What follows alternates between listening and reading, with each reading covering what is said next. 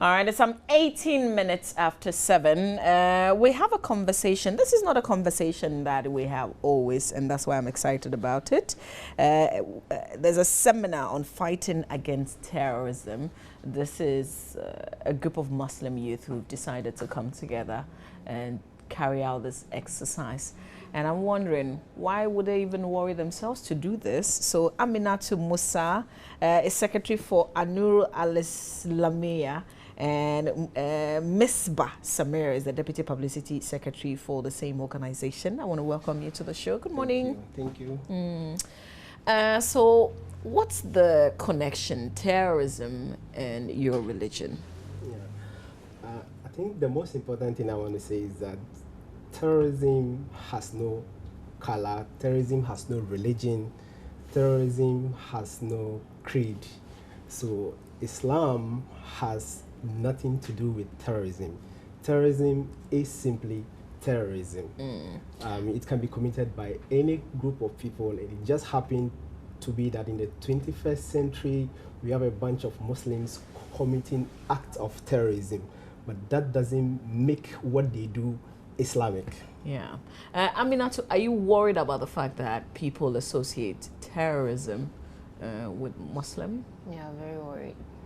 Very. This because sometimes when you're in school, I'm a student.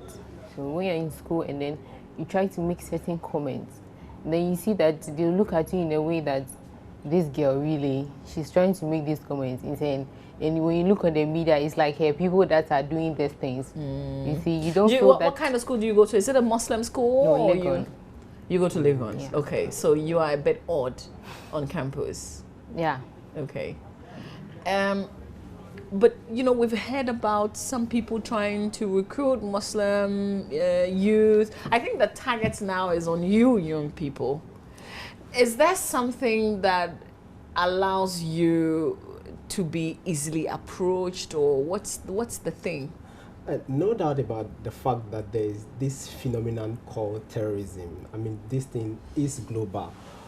But then, yes, Muslim youth might be prone to these groups. They might want to recruit them. But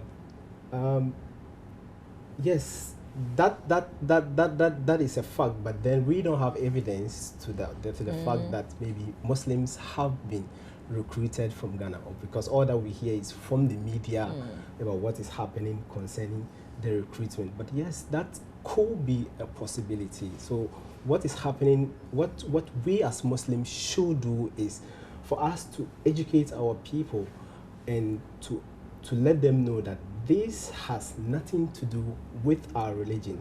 So it's a bunch of people with an ideology, and they want to put that ideology in the Muslim youth. But then we should be able to educate our people to stop that from happening. So I'm curious, is this a subject that comes up during your normal conversations with your colleagues, your friends and family as young people? Does it come up? This is an everyday conversation. My father is a cleric. My mom is a cleric. This is something we talk about every day in our mosques, in our homes, and we are not happy about it. Like, this is... How do you think we view you? And when I say we, I'm not a Muslim.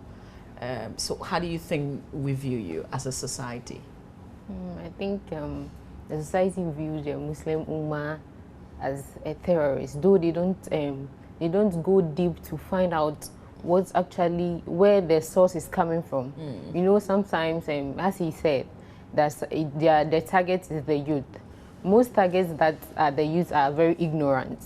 They don't actually know what they are working on. They're actually working on jihad. But what's jihad? Jihad means fighting the cause of Allah. Okay. So they will tell them, they'll brainwash them about jihad. So everybody wants to do something for his creator. So if they brainwash them, they'll feel like, okay, what about me going in to fight in the cause of Allah? Meanwhile, it's a different thing altogether. So it's not the same teaching. Is there somebody twisting the teaching for his or her benefits? Yes, it's basically about that. It's basically about people trying to achieve their interests by using religion, by attaching religion to it. Yes, jihad is actually a good word. When the meaning of jihad in Islam is striving to do something good, striving to do charity. You know, there's so many aspects of jihad, but then what they have done is that they have defined jihad as just being terrorists. So this is a good word that has been misconstrued. So they're striving hard for a cause that is not Islamic. For a cause that is not Islamic, that is mostly political, that most Muslims have nothing to do with. So somebody might have a political agenda and want to follow it and attach religion to it and try to recruit people. And most of the time, what happens is that these people who are recruited are mostly uneducated about Islam. They hardly know anything about Islam. Yeah. So that I can understand. I mean, it's just like telling a story to a young boy or girl, a story that the person doesn't know. You can say it anyhow, and then they would accept it anyway. Exactly. Yeah. But would you want to change the way the world view the Muslim today? Yes, very much. We want to change the way the world view Muslims, and I think we need the media as a partner to be able to do that, because then the majority of Muslims are seeing that what this group of people are doing is not what Islam teaches us. So we want the media to come along with us to really say that these people are not really doing what Muslims or what Islam is about. Yeah. But you know, I mean, it's usually like the men, it's usually the guys. You are cool, right? As women Muslim, you're cool. Yeah, but you know, it's because I think they have the charisma. Yeah, that's why they go in for them. But then I must say that, I mean, the target might not just be the Muslim men, but the Muslim girls. Let me put my question because that's not what I meant. Exactly. What I mean is, the way we view the Muslim men is not the same way we view the Muslim women. That's what I mean. Like So if we're thinking, okay, the man is the terrorist, the woman is not. I think I have to come in here to just make a correction, because then if you look at what is happening in Nigeria with regards to Boko Haram, say they put bombs in young girls. Okay. Exactly. Okay. Yeah. So it's like that. So I think that the focus should be about how this group of people brainwash people who have no knowledge about the religion.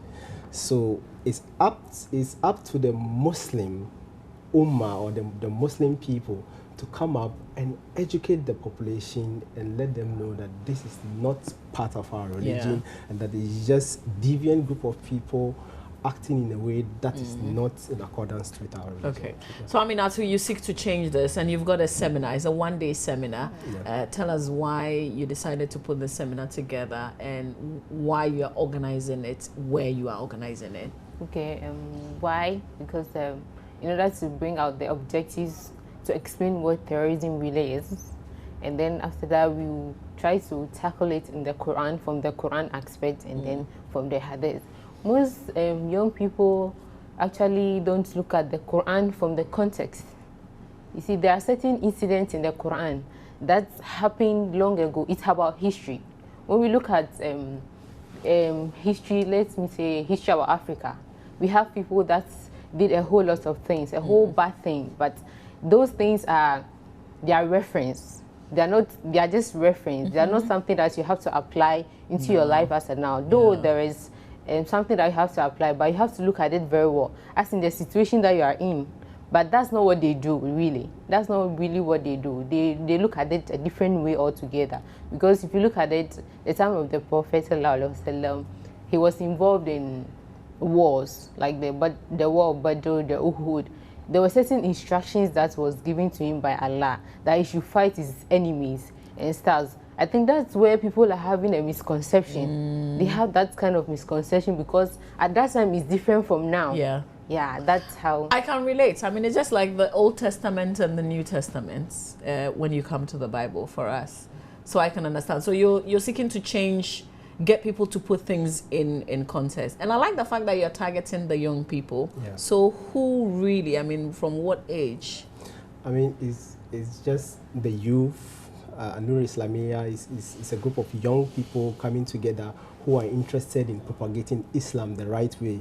We want to use the ICT, we want to use the social media, we want to use the main media to propagate Islam the right way and put away the wrong misconceptions about But you know, Islam. it's going to take you a while to be able to do this. Yeah, one day seminar cannot solve it. Yeah, we have been having seminars, but then a lot of the time we haven't been engaging with the media a lot. So this time around, we want to engage with the media a lot because there's a lot of things happening in the background that doesn't come to the limelight. Yeah. So this is the time for us to come out because this phenomena, you know, we used to think about terrorism being somewhere in the Middle East, but then it looks like it's coming close to us. So it's up to us to use the media to sensitize people who are both Muslims and non-Muslim and to explain to them what really this phenomenon is all about and to explain to them that this has nothing to do with Islam. Okay, so who are your speakers?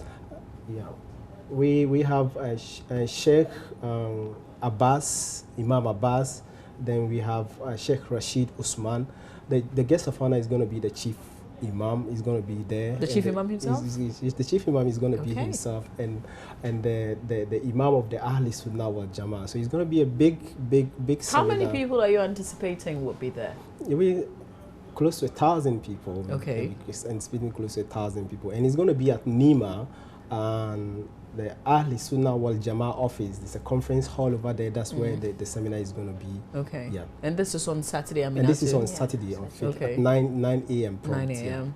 Yeah. Okay. Yeah. So at the end of this conference or seminar, what do you hope you would have achieved? At the end of this conference or seminar, we hope to have educated both Muslims and non-Muslims about what the real teaching of Islam is, because then what has happened is that the conversation has shifted from the main tenet of Islam to issues about terrorism, which is completely alien to us. So we hope to educate the people and also hope to correct some media misconception about what Islam is about as regards terrorism. Okay, so I told you that there are so many misconceptions. Somebody's asking, wants to know why you seem to be very aggressive in the Zongos. Not only in the Zongos, because then if you look at poor and deprived areas, I mean, you can see that this character runs across. So I think it's also a misconception. It's not about the Zongos being aggressive. I'm wild in my own world, so I kind of understand. So yeah, you might have somebody who might be in suit and tie. He might also be aggressive. So it's just a perception. But then, yeah, it might be true, might not be true. Everybody has got some kind of aggressiveness in them. Yeah, depending on how you treat them. Yeah. Okay. Well, thank you very much for sharing. And then we hope that you do a lot more of these things, so that, because at the end of the day, I think we also want the young Muslim to be encouraged, because we don't want to be seen like we're discriminating so much against you that you begin to, you know, when you're pushed into a corner, when you feel isolated, when you feel everybody's against you, then you actually begin to think, okay, I mean, they think this is who I am anyway, so why don't I? You kind of understand, right? Yeah. So we hope that you do a lot more of these things so that we don't get the young people going the wrong direction. But thank you for being here today. Thank you so much. I'm grateful. Yeah. All right, stay with us. When we come back, my colleague Joseph Opoku Gakpo, who's been following this issue of some ex-military men wanting their monies, he's here with us. He'll share a lot more with us. We'll speak to quite a number of them, including their lawyer as well, via telephone. You're watching the AM show. Hit me on WhatsApp 0560 800,000.